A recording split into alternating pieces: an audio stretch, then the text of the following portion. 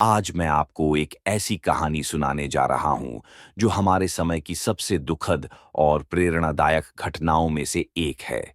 यह कहानी है हिमालय के उस बेटे की जिसने बर्फीले रेगिस्तान में जीवन के फूल खिलाए, लेकिन आज खुद कांटों में घिरा हुआ है। लद्दाख की उन ऊंची चोटियों में जहां हवा में ऑक्सीजन कम होती है लेकिन सपने ज्यादा होते हैं, वहां पैदा हुआ था एक लड़का, सोनम वांगचुक। बचपन से ही इस लड़के में कुछ अलग बात थी। जब दूसरे बच्चे खेल रहे होते तो वह सोचता रहता कि कैसे इस बंजर धरती को हरा भरा बनाया जाए। बड़े होकर उसने ऐसे काम किए जिन्हें देखकर लोग कहते, यह तो जादूगर है। उसने बर्फ के स्तूप बनाए जिन्हें आइस स्तूपा कहा जाता है। ये ऐसे जादुई तालाब थे जो सर्दियों में बर्फ जमा करके गर्मियों में पानी देते थे। रेगिस्तान में पानी, कितना अद्भुत। फिर उसने सिपाहियों के लिए सौर ऊर्जा से चलने वाले तंबू बनाए। -30 डिग्री में भी ये तंबू जवानों को गर्मी देते थे। देश की सेना उसके आविष्कारों से खुश थी। लोग उसे देशभक्त कहते थे। शिक्षा के क्षेत्र में तो उसने कमाल ही कर दिया। उन बच्चों को जो स्कूल में फेल हो रहे थे, उसने इंजीनियर बनाया। उसके स्कूल की कहानी पर 3 इडियट्स जैसी फिल्म बनी। पूरी दुनिया उसकी तारीफ कर रही थी।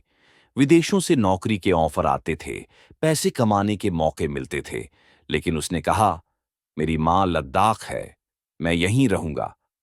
लेकिन 2019 के बाद लद्दाख में कुछ बदलाव आए।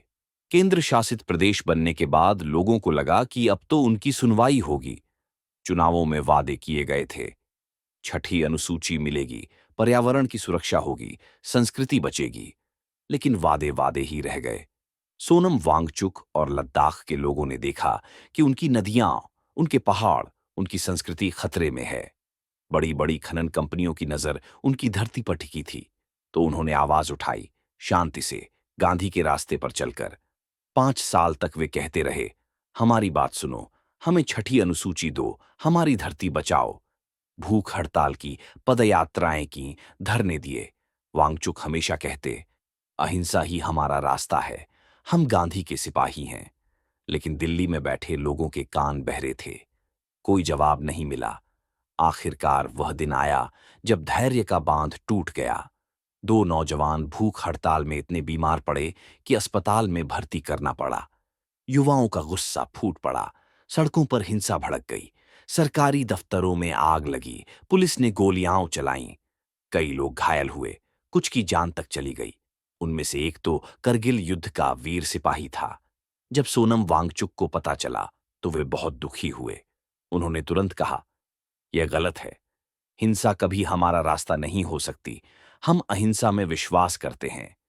लेकिन सरकार को दोषी चाहिए था, और उन्होंने वही नाम चुना जो सबसे ऊंची आवाज में न्याय मांग रहा था, सोनम वांगचुक।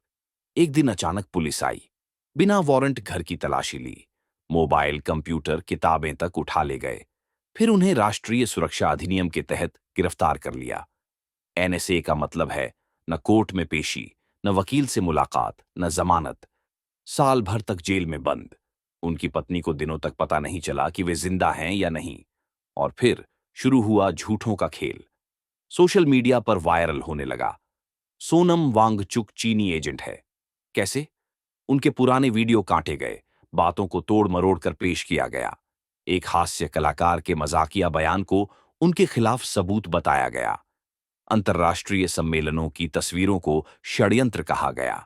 यहां तक कि 3 इडियट्स फिल्म को भी उनके पक्ष में साजिश बताया गया। कितनी हास्यास्पद बात है यह। लेकिन लद्दाख के लोग जानते थे कि यह सब झूठ है। वे जानते थे कि यही वांगचुक है जिसने कभी बाएं चाइना का अभियान चलाया था। यही वांगचुक है जिसने सेना की मदद की थी। यही वांगचुक है जिसने विदेशी अवसरों को ठुकराकर भारत की सेवा को चुना था। तो फिर अचानक देशभक्त कैसे देशद्रोही बन गया? असल में यह लड़ाई तो और किसी चीज की थी। यह लड़ाई थी लद्दाख की धरती की, उसकी नदियों की, उसकी संस्कृति की। कुछ लोग चाहते थे कि लद्दाख के पहाड़ों को खोद डाला जाए, उसके खनिज निकाल लिए जाए, बड़े बड़े कारखाने लगा दिए जाए। लेकिन वांगचुक और लद्दाख के लोग कह रहे थे, पहले हमारी संस्कृति और पर्यावरण की सुरक्षा करो। आज सोनम वांगचुक जेल में है। वह आदमी जिसने बर्फ से पानी बनाया, असफल छात्रों को सफल बनाया, सिपाहियों की जिंदगी बचाई, आज खुद कैदी है। ये कहानी सिर्फ सोनम वांगचुक की नहीं है, ये कहानी है हमारे लोकतंत्र की। जब किसान आवाज उठाते हैं तो उन्हें आतंकवादी कहा जाता है। जब छात्र सवाल करते हैं तो उन्हें देशद्रोही कहा जाता है। जब पर्यावरणविद धरती बचाने की बात करते हैं तो उन्हें विकास विरोधी कहा जाता है। क्या यही है हमारा लोकतंत्र? क्या सवाल पूछना अपराध है? क्या अपनी धरती की रक्षा करना गद्दारी है? लेकिन हार मानने का वक्त नहीं है। आज पूरे देश में लोग जाग रहे हैं, सोशल मीडिया पर आवाजें उठ रही हैं।